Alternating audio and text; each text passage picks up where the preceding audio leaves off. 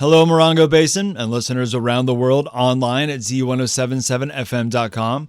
This is your Z107.7 local news for Saturday, February 18th, 2023.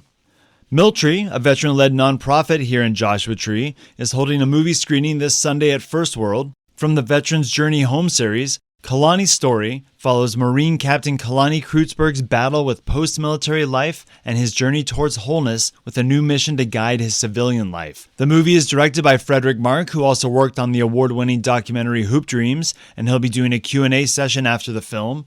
There's a requested donation of $10, but no one in need will be turned away from the film screening.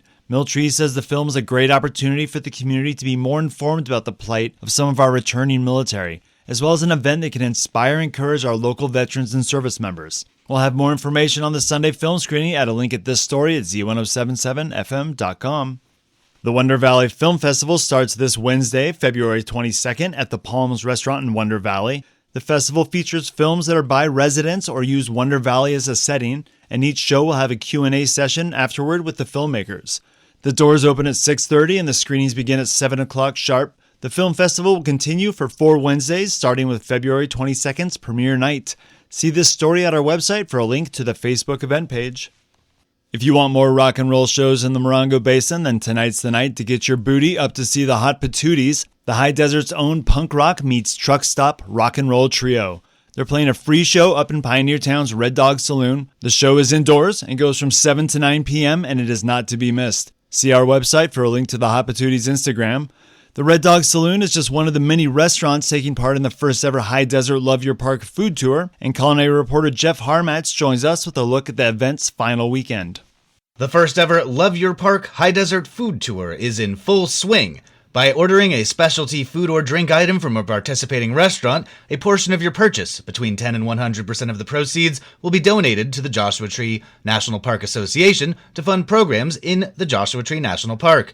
The event runs until Sunday. Participating restaurants include the Copper Room, Frontier Cafe, Food for Thought Cafe at the Joshua Tree Retreat Center, JT Country Kitchen, Pappy and Harriet's, the Red Dog Saloon, the restaurant at 29 Palms Inn, Roadrunner Grab and Go, Sky High Pie, Spaghetti Western Saloon, the Tiny Pony Tavern, and Two Guys Pies Brick Oven Pizza. To see what each restaurant is serving up, visit a link in this story at Z107.7fm.com. Z107.7 is a media sponsor of this event.